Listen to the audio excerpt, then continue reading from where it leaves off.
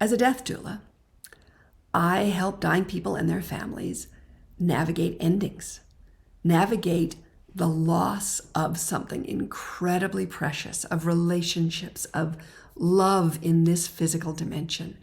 It's a huge process of saying goodbye and doing it in a way that builds resilience and capacity to be able to say goodbye to what's going and also live on in the future where that thing or that person we love isn't here anymore. And that skill is incredibly important at a micro level for families and individuals as we say goodbye to our loved ones. It's also incredibly important as a society and as a culture to learn how to do that. Because we're in a time where these cultural patterns aren't going to sustain. We can't continue living in this resource-dense, petroleum-based economy.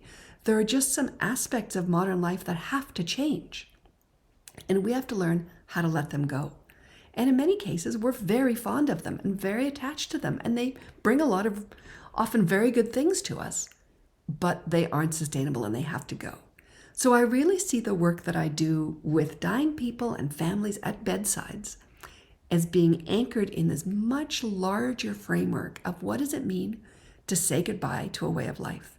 What does it mean to let go an entire epoch in a way?